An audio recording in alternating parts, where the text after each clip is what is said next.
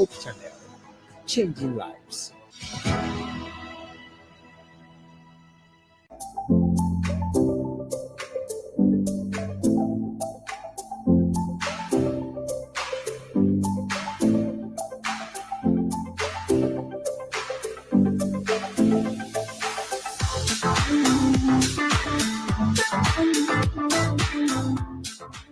Exciting episode of Real Talk here in the studios of Hope TV Ghana, your preferred and favorite Christian channel. It's another beautiful Wednesday. I'm coming your way again with yet another interesting conversation, a very dicey one, if I should say.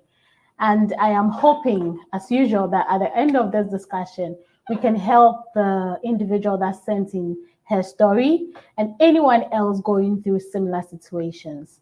Again and again, please, if you do have a story to share with us or even a topic for discussion, kindly send it to us on our WhatsApp number or our social media platforms. You can send it to us via Instagram, via Facebook, or even email it to us. And we will find you just the right people to have the right conversation. We are live on Facebook, Hope TV Ghana, and YouTube, Hope TV Ghana.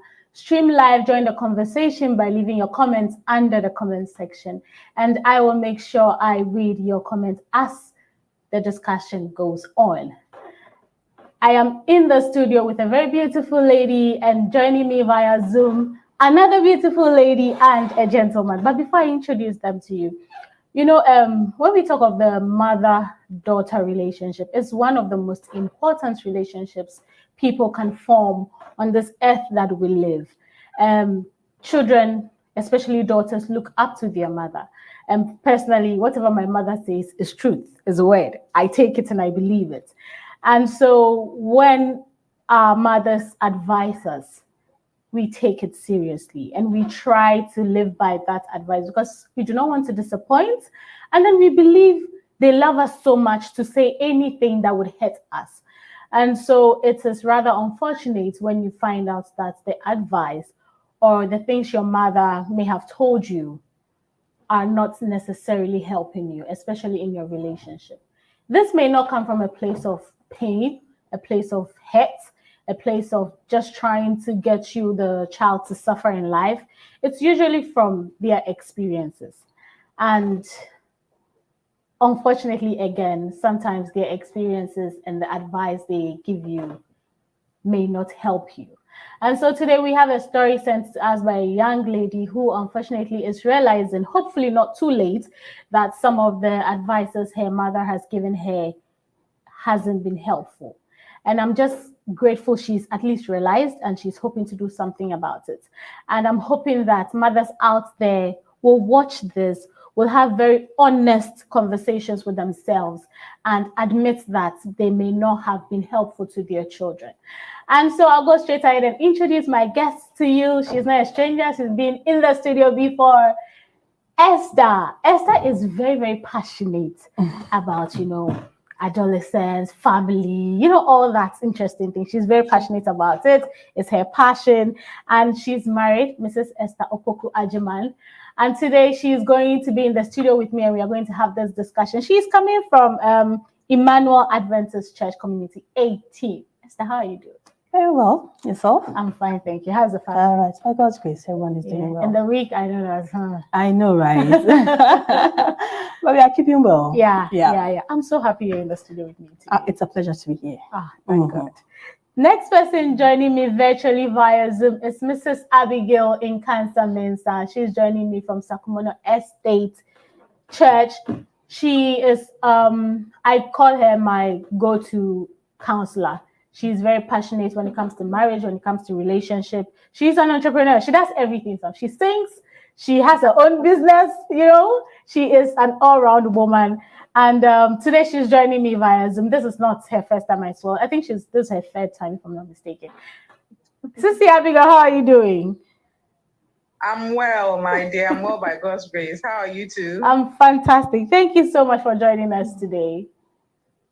Oh, it's always a pleasure to be here. I'm grateful. And I hope you're ready for the conversation. Yes, I hope so too. I hope I'm ready. I am sure you are. Joining us all the way in the States, that is the US of A, is Pastor Amos Appiah. He's joining us from Andrews University in the state. Pastor Amos, good evening. How are you doing? How is the family and how's everyone in the state? Yeah, good evening. I'm doing great. The family is doing well, and the state is also cool. We are grateful that you could join us today. All right.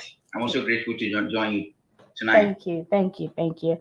And we'll go straight and take a look at our story, which we have titled, My Mother's Advice is Costing Me My Marriage. So she says, Dear Real Talk, I can watch my husband.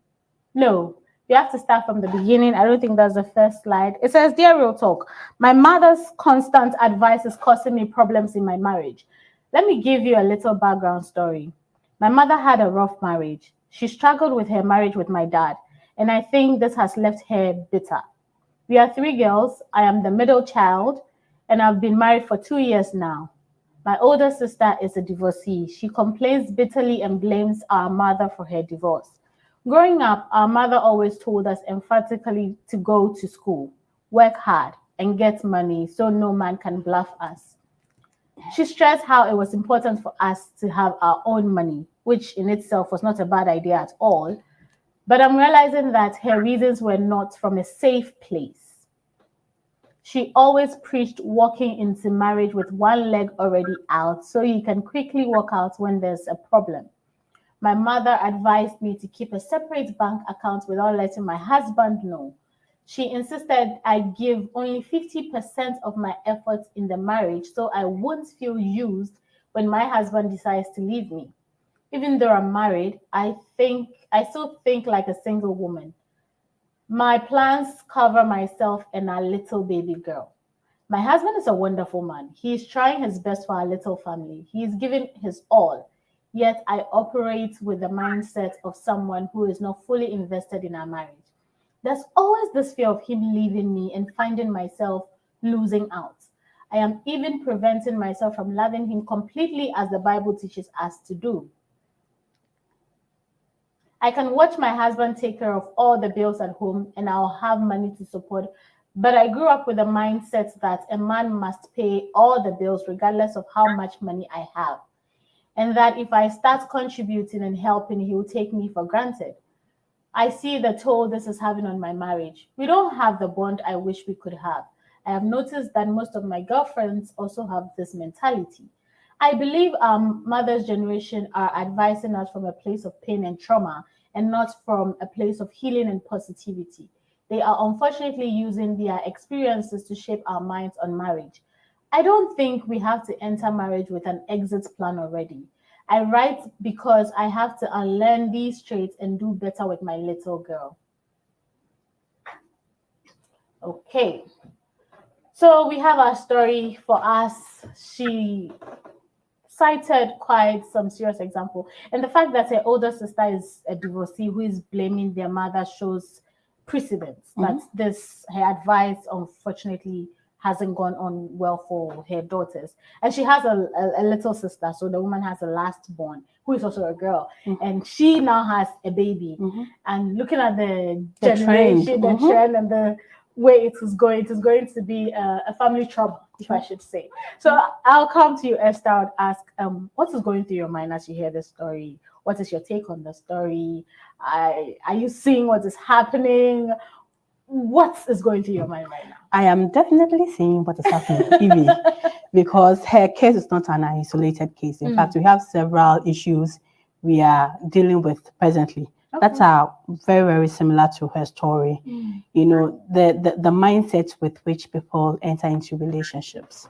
And then I feel that there are several parties that have failed her.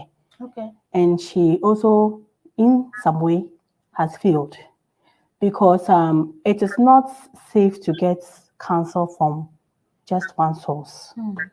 It is better to get it from several sources, and you weigh and have the spirit of discernment to decide on which counsel is best for you. Unfortunately, it appears she relied heavily on her mother's counsel, and that has failed her. I'm also saying several parties because even counselors, somehow, I would also shift the blame a little on them in adequately preparing her and her mentality for marriage. Obviously, she entered with a one-sided view of how things should be, and so that's why I would say I feel like several parties have failed her. But let's hope we can discuss this because it's so real. I mean, this is the second time I'm coming on your show, and every story I have followed so far is something that I can easily relate to because I know someone who is also going through the same problem. So let's hope we can advise the young ones, and we can also advise the older ones. Let's hope so. Let's hope so. We can only hope. Sister Abigail, what's going through your mind? I mean, hearing the story with her example and how she's been living in her home as a married woman and the stress and the toll the man has because of this behavior. What is your general take on this story?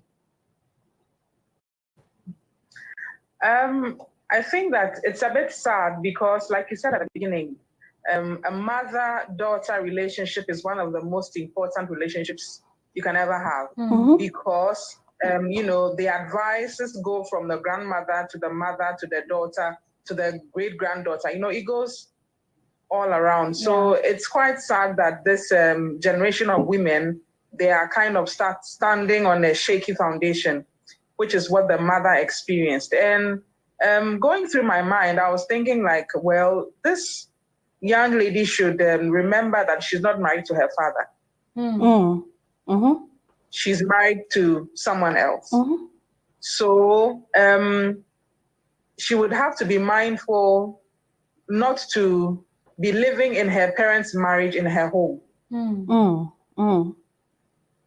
Otherwise, she's never going to be happy. And for me, it's quite clear that she's even unhappy listening to her mother. And I honestly wish that her mother would also be listening into this program and get the understanding of how her daughter is feeling. You know, I doubt that this young lady has been able to sit her mother down and tell her, "Mommy, this is what your advice is doing to me."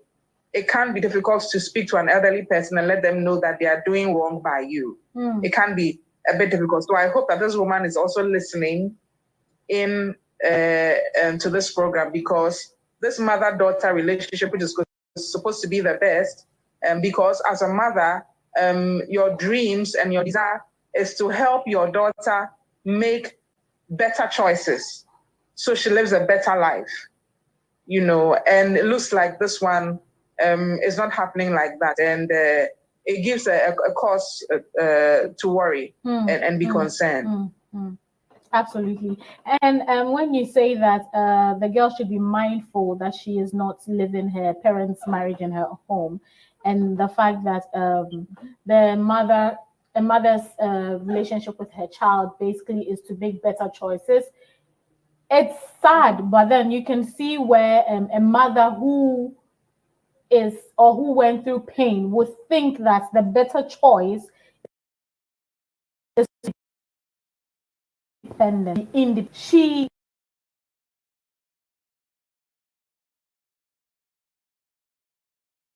the rule as the rule, and so now her advice is, because I didn't get this and I suffered, it is best that you have this and you don't suffer. But you can see how wrong it is and how she's trying to flip it, and it's totally wrong. She advised her daughter to be financially independent, which is very important. I believe, you know me, I believe that, I believe that every woman should have her own money, because trust me, there are things that a woman wants and needs that a man doesn't understand, you know, but would want to get it anyway. So there's nothing wrong with you having your own money. But I think that if she had any advice for her daughter, it should have been to choose the kind of man who would not treat her the way her husband has been treating her. So that is where the advice should start from. Yes, make your own money, but in your choice of a husband, make sure you choose someone who will not treat you the way my husband has treated me. So that in that relationship, you go all out and give in that relationship, because you know that you have made a better choice of a husband. Absolutely. Pastor Amos, I'm coming to you, but just before I come to you, fortunately, her daughter found the man who wasn't like her father or her mother's husband. But because of the constant, don't do this, the good man is suffering the consequences of her mother's bad marriage.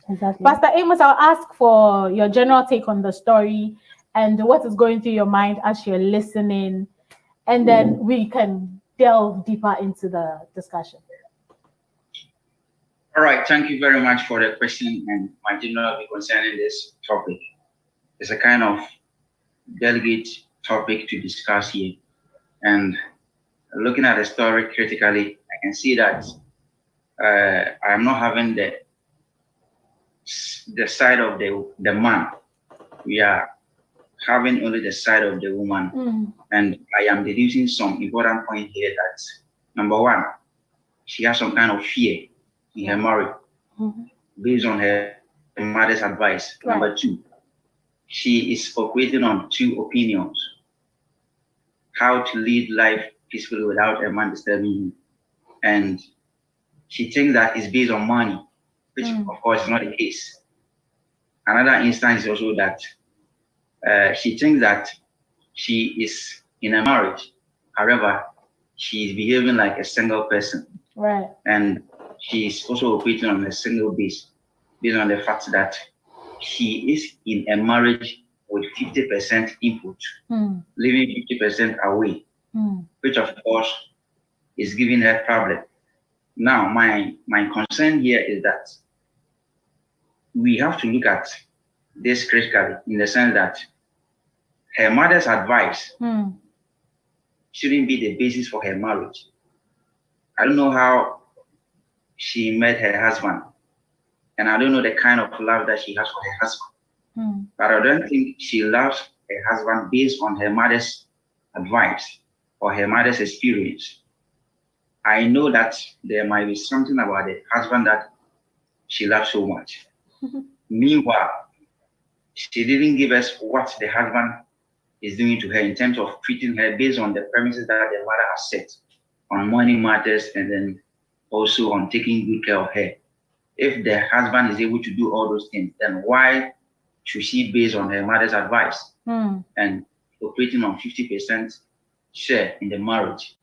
Another thing that I also want to emphasize here is that like mother, like daughter principle that most of our women always do in terms of bringing up our ladies is something that we need to look at it critically, in the sense that each of us have our own worldview. My worldview will be different from your worldview. You see, the mother's worldview is different from the daughter's worldview. So why do we bring all these worldview together as we move along to the future? So basically, this is what I want to put across as we discuss thoroughly. Thank you. Thank you so much, Pastor. Thank you so much for that. Now let's look at the issue of independence, being an independent woman. And let's discuss how being an independent woman now in this millennium generation is affecting relationships. I don't think we've been able to, we haven't found that balance of being independent when it comes to money financially, or having your own money and being in a relationship and giving it your all. It's almost as if when you're independent or when you have your own money, it's to the detriment of your relationship. Because looking at the two, this woman is working great. She's making her own money great. But it's almost as if when I help my husband out, or even when he finds out how much I am making, it will destroy my independence. There's just this thing, this air around work for your money and it's only yours and it's only yours. For women especially, they're saying, his money is our money, my money is my money. We say this all the time and we laugh, but that is the mentality we go into marriage now with. So let's talk about that and then see. Yes, I was telling someone this afternoon that I think marriage is about independence. You'd have to blend the two. You are becoming independent to prove that you are matured enough to enter into the marriage. But then marriage is a partnership. We always say that marriage is a partnership. And so you are learning to be dependent on the person you are building that partnership with. Now, this issue of independence will be, independence will be an issue for people whose background is similar to our sister. You know, she's coming from a background where she saw how dependence on a man negatively affected her mother. And unfortunately, she was unable to detach herself from the experience of her parents. And that is what is eating into her marriage. So, Sister Abigail said that earlier on, that there's nothing wrong with being independent. But you should know that you are in a relationship with someone else. That person also has his independence. But at a point, you must learn to be dependent on each other. Otherwise, it's not going to work, obviously. You know, so for me, there's nothing wrong with being independent. But it's like you rightfully said, we haven't found the balance. Find the balance between independence and dependence, and then work out the two. And we should be fine. It should be fine. Yes, yes. Sister Abigail, I think I don't know if you have any more comments to add to what Esther said, but my question to you would be discussing how mothers are doing more harm when they advise children based on their experiences, and they use that as a yardstick for a successful relationship, you know, where they speak from a place of bitterness and not from a place of healing. Like this woman is saying, make sure you give only 50% of yourself, make sure one leg is already out, so that by the time he says, hey, I don't want you, you've already packed your bags and you've left. you can see that she is trying to say, this won't happen to any child of mine. If it has happened to me, no child of mine will go through it. But telling your child to give her 50%, do you expect the man to also give his 50%? How will that work? If he is bringing his 100 and she is bringing his 50, like she's saying, it's going to take a toll. So mothers are doing more harm than good when they use the experiences, their bad experiences, to advise their children. And like you rightly said, you should rather be telling your children to find the right man so that this doesn't happen to them. But there's a notion that all men are the same. And so whoever you find, they will do this to you. So prepare before he does that to you. So I just want you to speak on that. And then if you have anything more to add to what Esther said early on.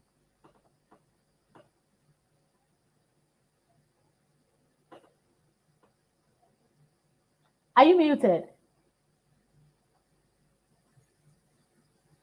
Sorry. Yeah, I was muted.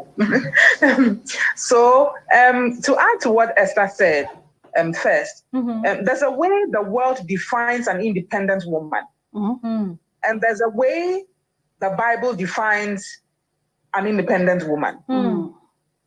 There's a way a single person defines independence. And then there's a way a married person defines independence. These persons cannot all define independence in the same way. Like I always tell my young girls, you don't have to get married. You don't. It is not a sin to decide not to get married. Right. But when you decide to get married, be ready, and you're a Christian, be ready to go by the principles of marriage as stated by the Bible. You cannot read, a man shall leave his mother and father and cleave together to his wife, and they shall become one flesh. You cannot read that, accept it, and decide that in your marriage you're going to be an independent woman. And mind you, this independence we talk about is mostly about finances. Yeah. It's mostly about money, nothing else. You know, and most of these independent women want their husband to take care of them 100%. Because if you believe in being independent, then be independent, allow your man to also be independent. So that we are both living independent lives in a home. And you know that is a recipe for disaster. Yeah. So we need to define what independence is for a single person, for a married person, for people in the world, and for Christians, before we start talking about, oh, I am an independent woman or not. And then to the question about mothers passing on, you know, I think that it wouldn't be fair for a mother to transfer her bitterness onto her daughter. I mean, your daughter is someone you should love, someone you cherish, someone you wish does well in life. Then how then does she succeed in life with the weight of your past experiences upon her shoulders? How does she succeed? You know, so whatever bad experience you have had, I think that as a mother, it is your responsibility to make sure that, like I said before, your daughter and your granddaughters they live better. So like the pastor said, we're only hearing one side of the story. We haven't heard from her father. I'm sure he also has something to say. You understand? He also has something to say about their relationship. Right. So if we're to go into it, it may not be one-sided as we have it now. So it's absolutely unfair for any woman. Sometimes it's not even your mother, an elderly woman in church, an elderly woman at the office, you know, somebody you are acquainted with, your auntie, somebody, but per their experience, they try to tell you, hey, don't do this, oh, this man, don't do that, because of their experience. Forgetting that, yes, they are all men, but they are different. They have been brought up differently. So focus on the individual, not the general term. You know, there are general ways in which men behave, but she herself has said that this man she's married to is different. So clearly, he is not her father. So it is quite unfortunate that her mother has shifted all her bitterness and her pain and her frustration until her daughter. And now her daughter is going to carry it throughout her marriage and transfer it to her own daughter. That would not be fair. What kind of generation, you know, is she building? Yeah. And if I may come in, so you know, she mentioned that she's seen this same ideology with her friends. Yes. You know, and at the beginning I told you that we are dealing with similar issues. We are advising, you know, couples and all that. It's so real. People go into marriage and they go in with the idea that I am going to make money for myself. I am going to have some kind of insurance so that just in case something happens to me. And it's quite unfortunate, because that's why at the beginning I mentioned that if the lady had spoken with maybe several other people, she would have had more advice than from her mother alone. Because I'm sure there are women who have been successful in marriage and can share one or two things with her. But see, what's even scary is that she went in with a predetermined outcome of her marriage, that it's going to fail. So let me prepare myself. The power of the mind, the power of this mind. That's why somewhere in the book of Daniel, it says, Daniel purposed in his heart. The power of this mind. If you go into marriage and you tell yourself that, people say marriage has, you know, a lot of surprises and, you know, if you go into marriage with that kind of mindset, you will face those problems. Even when you're not going with that mindset, you have your own surprises. You know, so I think the mother did wrong. She did wrong. She just did wrong. And I would advise that people get role models, you know, because trust me, even if you have twins and they get married, just because they are marrying different men with different personalities, they will never have the same marriage. So how do you make your experience a yardstick for another person? It is a no-no. It is a no-no. So I absolutely agree with, you know, contributions. Thank you. Pastor, coming to you, my question to you would be how mothers can adequately prepare their children for marriage without letting their personal experiences get in the way. All right, Eva, thank you very much for the question. What I want to say is simple. You know what? There's a difference between advice and counseling. Let us take notice of that. Mothers can advise, but they should remember that they are not professional counselors. You know, when it comes to marriage, before anybody will marry, you need to get what we call a professional counselor who will help you to succeed in your marriage. You know, we can advise our girls or ladies from childhood by protecting them to get to the stage where they can marry. However, when they get to the point where they are entering into marriage, you should know that most of your rules doesn't work there. But mothers always want to impose rules upon the ladies that when you get into the marriage, practice this, practice that, because that was how I went through. Therefore, if you don't go by that way, you are not going to succeed or you face troubles. So what I want to tell mothers is simple. Number one, do not impose rules for your lady when she's ready to get into marriage. Number two, they should always make sure that their case is different from that of their daughter, in the sense that, assuming I'm coming from the state to marry your daughter to the state, life over here is different from Ghana.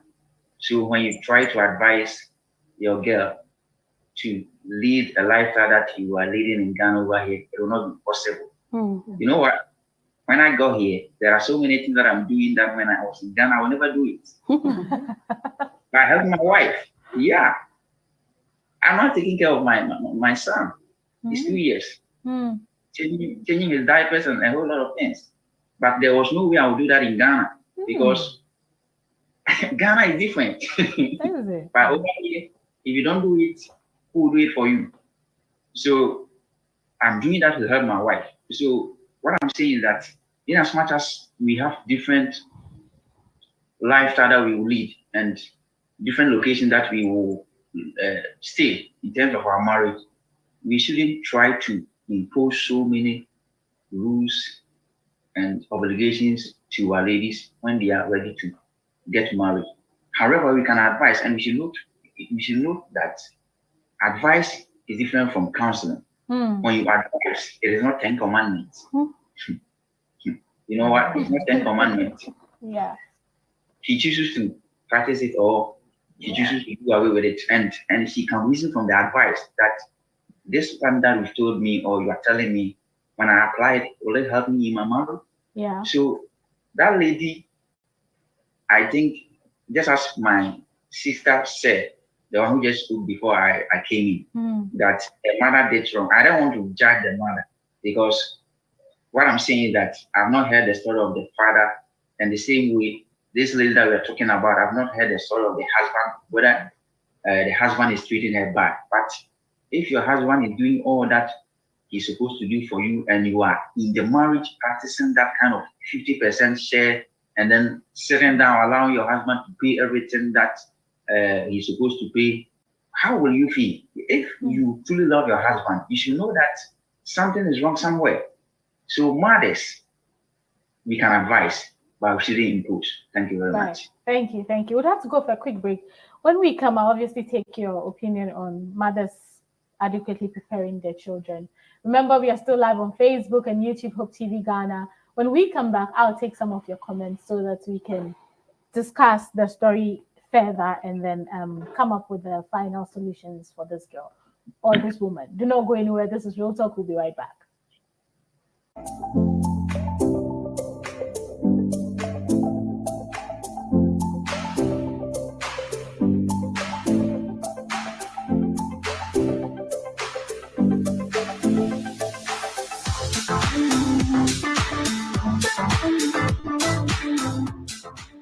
Nya onyankopon hwehwa ne se onipa bia bedi yie e wasase so eno ti adwuma bia wo ye no ohia ho nimdie ene nkyerɛkyerɛ papa mpanifo se sanwa beba kontomre enkwan ani a na eginemu nam so eno nti na Hope Channel edi dwuma dia ye frɛ ne se Business Forum abrewo yawada nwumre no nwotwe bia me kyerɛ 8 pm hia me na nakwa mesika me ne mpanifo a waben no wadosukɔ e wo sikasɛmu adwadie mu any enwuma mu besi nkonya ni ama nkyerɛkyerɛ papa a ɛbɛboa na nso watimi atumpɔn piao.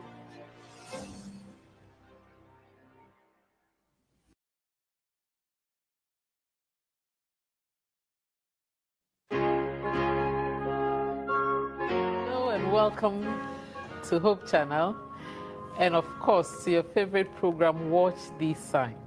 As long as you are not in that boundary, he will do all kinds of things to protect you so that you continue to move. There are times some things should have happened which should have crushed you to death, but because of the power of God, to give you extra more time so that you can consider the issues of eternity. From things on the farm. Verse 23. Yes, and that was when the Pharisees came, then he made this statement. And that is the same response people give today. That the Sabbath law says, thou shalt not do this, thou shalt not do this, don't touch this, don't go to market, don't. And so people use this text to tell you that even Jesus.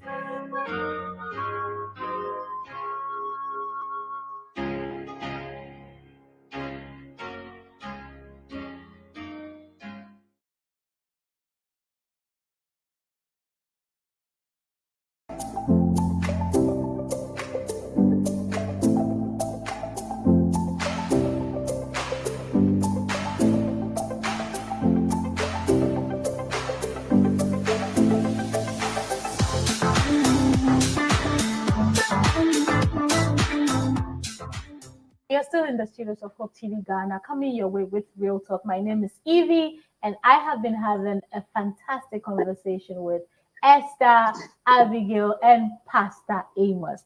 Before we continue, if you just joined, we're talking about this lady that sent in her story. She says her mother has given her bad advice. She's been married for 2 years and they have a little girl.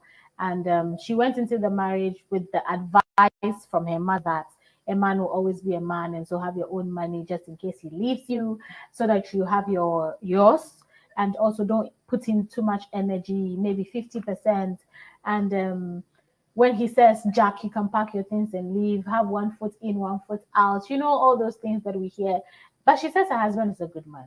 He's doing well. He's taking care of the children, but she can see the stress the husband is going through, because even when he needs money to top up for the home, she will have the money, but she will not give it to him, because she went in with the mentality that a man has to take care of everything, and she has to secure her money for days, or for that day where her husband will leave her. But she's realizing that this is not good, and she wants to change, and she wants to unlearn these things that her mother has unfortunately taught her. And so we are going to read some of your comments before we go into the discussion. This one from Jemima Opon Ifriye, who says, very sad. I'm glad she has noticed her mom's motive of all these advice given her and choosing a different path. Actually, I think some of the advice aren't bad. However, the motive and the way being said just makes them so wrong and not loving. I pray God leads you in your marriage. Your mom must be a super bitter woman to let her girls be unhappy. Diana says, it's good you have realized your weakness. Work on it. All the best, and thanks for sharing. Okay. Boachi says, you've learned. Now go on to propagate the gospel. Okay. So this one is from Henrietta. Says, my fear is you always anticipating your husband is going to leave you. Even if you decide to go all in this marriage, you would have to solve the root cause of this whole situation. That is, make up your mind this marriage is for better and for worse, or for worse. And you will do anything with the strength of God to make your home beautiful. You need that mindset. If not, you blame yourself for not listening to your mom with the least trouble, which will shake your marriage. Bear in mind, every marriage comes with its own challenges. Kari says, the worst thing you can do to yourself is laugh sparingly. It is very unfortunate, but from what you have said, you were not mature enough to be a wife. Maturity comes with independent thoughts, analysis, and action.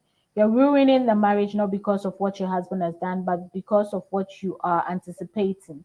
You are aware you can create your reality with your thoughts, right? Your mom's admonitions should not be the guiding principle in your marriage. She's a divorcee. Your big sister is, and you're consciously joining them. Then you will join your sister to blame your mom together. Break away from the stereotyping and make your marriage sweet for yourself and posterity after you. Okay. Comfort says, thanks for sharing, and you are not alone in this, my sister. Sometimes people with bad experiences decide on how to live because of what your mom went through with your dad. That's why she gave such advice. But looking at your situation, your husband is different, so you can treat him that way. Husband has his responsibility to play, likewise a wife. Now both are one. So please discuss with your husband what you can help to support him, being financial or good advice. Also encourage him. Don't sit there, see him suffer, because if you do good, you do for yourself. Same like bad. May God help you through. Everything will go on well. Okay, I don't want us to miss the conversation, so we'll quickly go through, and then we'll see if I can come back to the comments. Esther, we're talking about mothers preparing adequately their children for marriage. And yes, there's counseling. But the truth is, you spend and you see a lot more at home than that 3 months that they let us do before marriage. You do that 3 months before you get married. But this is your entire life at home. You're listening to your mother. You're watching her move. You're seeing her do things. That is where you pick most of your foundation when it comes to relationships, or even as a human being. So how can mothers prepare their children adequately for their marriage, and also take away their own personal experiences and the pain that they've gone through, so that their children can have the better life that they obviously want for them? Let me start this way. So let me play the devil's advocate. Frankly speaking, the mother wasn't, I think one of your viewers made that comment. The mother's advice actually isn't a bad one. It's the bitterness that is attached to it that's making the whole thing toxic. But it's not a bad advice to tell your daughter to be prepared for anything at all. In this case, she asked her daughter to be prepared for the worst. And that is where I say the whole thing is skewed. So you prepare her to make things better and prepare her for the worst. Frankly speaking, I mean, the mother could be right. The man can surprisingly, change. And then, I mean, we've seen, strong Christians, go down the hill and all that. And everyone is like, oh, we are shocked. We didn't expect this from you. So frankly speaking, the reality is that anything can happen. But mothers should prepare their daughters to be able to withstand whatever they meet. And I mean, as a negative things, prepare your daughter so that your daughter will be strong enough. And see, one thing I realized is that the lady is heavily dependent on the trust of her husband. And that is where her fear is coming from. But you need to be more dependent on God and let God prepare you so that just in case anything should happen, you have God. See, the psalmist says the arm of flesh will fail you. Your husband can fail you. But if you have God, you can stand the test of time. See, some of us have had experiences where we've seen people very close to us struggle with their relationships. We've seen mothers go on their knees praying, just so their relationships will work. And so if you are that strong of a Christian, you know that anything can happen, but because you have built yourself in Christ, you'll be able to go through it. And so mothers should prepare their children, prepare your daughter, prepare the individual. Don't predict what will happen in the relationship. Don't prepare her to be able to face the husband. No, prepare her to be able to stand irrespective of whatever she meets in the marriage. And I think absolutely, I absolutely agree with you. Sister Abigail, I don't know if you have anything to add, but my question to you would be, how can this lady start unlearning these toxic, these bad traits that unfortunately she's beginning to build in her marriage so that she gets to the point where she wants to get to? Now she's realizing, so she wants to get to a better point, or she wants to build her marriage to become better. How can she start unlearning? And if you have any additional comments to what Esther beautifully said. I think yes, you are right. Esther beautifully said it. If you're a mother and you want your daughter to succeed, the only way to go is on your knees. I mean, there's no way better than that, because when you're a mother and you go down on, even Job, who was a father, was going down on his knees every night praying for his children. So how much more a mother, So it is your duty. That's what you need to do, because you cannot be in the marriage with her and determine every step, And like Esther said, anything can happen. We are humans. She's just thinking that her husband would leave her. Has she also considered that it's possible for her to also leave her husband? So let's say he's also thinking that, oh, this woman, I'm looking at the way this woman is behaving and the way she's doing her things. She probably may also leave me. What would she expect him to do then? So anything can happen. Yes, it's true, because we are human. We live in a world of sin, and until Jesus comes to take us and changes us, anything is possible. So like Esther said, prepare her for anything. Prepare her to be able to take care of herself and her children if anything happens. But also advise her to go all out, because you cannot be living a double life in your home. You're living like a married woman and you're living like a single woman. You're living a double life. And if God is looking at you, he's looking at you as a helper. That is what you're supposed to be in your home. You're a helper. And whether you like it or not, consciously or unconsciously, you're raising a little helper. And like you said, most of us, what we do and how we do it, we learned it from our mothers. So they were teaching us, and we are also indirectly teaching, directly and indirectly, we are teaching our children. So if we say one thing and behave in another way, these days our children pick up on how we behave rather than what we say. Absolutely. So she's, it's about time that unfortunately, she may have to cut that line of communication with her mother. I'm not saying she shouldn't speak with her mother, but I'm saying that anytime she speaks with her mom and she realizes that the conversation is going in that direction, now that she's realized that it's not helping her and she wants to unlearn it, she needs to start by cutting that kind of communication. Anytime her mom goes in that direction, she has to be bold enough to tell her, I know, Mom, I love you, I understand, I know you mean well for me, but this is a path I have chosen to be on. Right. I need you to support me in prayers. She has to be bold enough to say that to her mom. It wouldn't be easy, but if she wants to unlearn these, you know, the Bible says faith comes by hearing, and hearing by the word of God. As she continues to hear what this woman is saying, it builds up the basis and the foundation for her in her marriage. So she has to stop hearing this from her mom. If she doesn't stop hearing it, it will be difficult for her to unlearn it because it keeps coming to your mind. It keeps coming. So she unfortunately has to cut that particular line of communication anytime it's brought up. And then also, I think that the both of them, like Pastor said, may need to seek counseling, not advice. For all you know, this woman too, somebody also sat her down and told her, listen, your daughter is going to marry, you better advise her to do this. So she's also probably doing this because of some advice she had. But they both need counseling, like Pastor has said.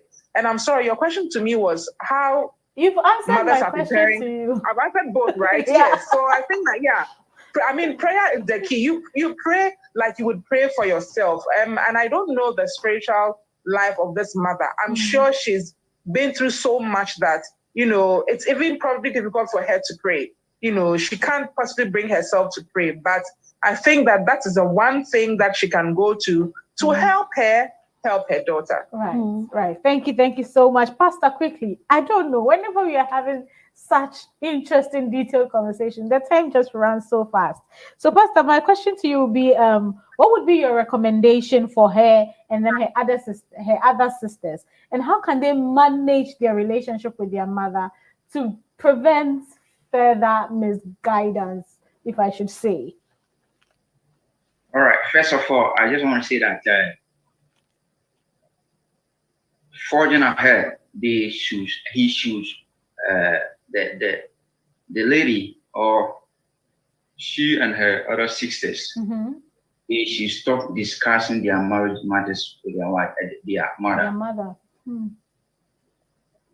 From time to time, anytime they are having a conversation with the mother, they shouldn't bring in marriage matters. Whatever their husband is doing to them, there's no way that they should discuss it with their mother. Secondly, just as Abigail said, I think they need professional counselors. I don't know who counseled them before they entered into marriage, but they will need a professional counselor who also assist them in forging ahead in their marriage. Again, when you are married, you are independent. And that independence has to do with you and your husband. Parent doesn't come in. Because at that level, you have said to the world and to your parent that you can lead your own lifestyle. Nobody decide for you. So why do you depend on your mother's advice to succeed in marriage? That's another thing that I want to put across. More so, they should limit that kind of cultural dependency. If I say cultural dependency, what I mean is that some tribes and some cultures allow that when you are married, you should dance into the tune of that cultural system that you see. It's a kind of, if you don't take care, your marriage will collapse. There are some kind of beliefs. That's what I want to say. They have some kind of cultural belief that if you don't do this, you don't do that, your marriage will collapse, because this kind of tribe or this kind of people, that's how they behave. The moment you give in money, whatever, the husband will take your money, squander it, and leave you alone. That kind of mindset is not good. Based on the story, you could see that the lady is a Christian, isn't it? If she's a Christian and coming from a background as a pastor, what I want to say is that if you believe in God and if you feel like God will help you to succeed in your marriage, why do you depend on worldly knowledge? Why don't you depend on the Bible and what God has said? Right. You see, that word, they will cleave from Hebrew and Greek perspective. It's very serious word in the sense that God intentionally brought that word to bring that kind of bond, that kind of unity, that kind of togetherness, in the sense that man or woman cannot live alone. So you cannot live alone without your husband or without your wife. So that kind of word must be in her mind all the time, that I am together with my husband. Yeah. It's none of my mother's business, it's none of my father's business. Whether good or bad, I am with my husband. And whatever is going on, I should be able to stand and endure. And we should also anticipate for better, not bad, because it's not going to help me. So what I'm saying here is that this kind of advice should always be in the heads of these sisters. Right. You know, he has a sister whose marriage has already come back. She is divorced. I don't think it's the best based on her mother's experience or her advice. Yeah. So why do you still go ahead and listen to your mother's advice? Meaning that soon and very soon yours is also going to collapse, which of course is not a good case. Yeah. So what I want to say is that he should desist from taking her mother's advice in terms of major decision making in her marriage. Thank you. Thank you so much. Esther, very quickly, your recommendation for the girls as with regards to their relationship with their mother, and then your final words. Bill Gaither in one of his songs said, I've been so loved that I'll risk loving too. My dear, take the risk and love your husband. Just make sure you build a strong relationship with God so that in case anything happens, a negative outcome, at least you've based yourself, you've built yourself, and you are in a position to withstand whatever shock the marriage should bring. But love, my dear, it's beautiful to love. It's beautiful to love. Sissy Abigail, final words, very, very quickly. Please. Yeah, I think that she's missing out on having a beautiful relationship with her husband. She should think about that. Yeah. Missing out on having a beautiful relationship with her husband. And be positive. I mean, people of the world are positive. How much more us?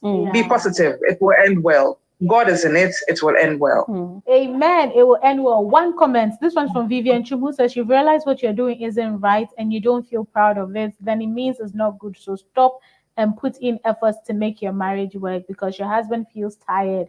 And have compassion for the man and don't be negligent.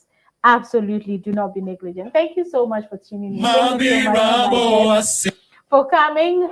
I have a final announcement to make before we go. There is a send forth service for Pastor Dr. Nathan Odonko and Mrs. Mimonte Dorcas Odonko to be the West Central Africa Division as an Associate Secretary and Shepherdess Coordinator. This is happening on the 27th of August at Laboni SDA Church, 3 p.m. prompt. So please, all are cordially invited. I'll say a big thank you to my audience for always tuning in. It's always a pleasure and a privilege to come your home every Wednesday with beautiful stories, interesting stories, scary stories, sad stories. It's my amazing panelists. Oh, Esther, it's so good to have you. I hope you come soon. Very soon, right? Sure. Yeah. Sissy Abigail, it's so good to have you via Zoom. I know you wish to be in the Thanks for having me. Yeah, thanks. And I know, right? Yeah, I was wondering how it would be with you and Esther. But we'll find time for the two of you to be in the studio at the same time. Pastor Amos, thank you so much for joining us all the way from the States. And all right. Yes, thank you. God richly bless you. God bless you. God bless you to my panelists for their dedication and for their commitment and for helping out people. And you out there, thank you so much for tuning in. We'll be back same time next week with yet another interesting story. And so please continue to stay tuned and watch the rest of the content on Hope TV channel and enjoy the rest of your day. My name is Evie, and goodbye.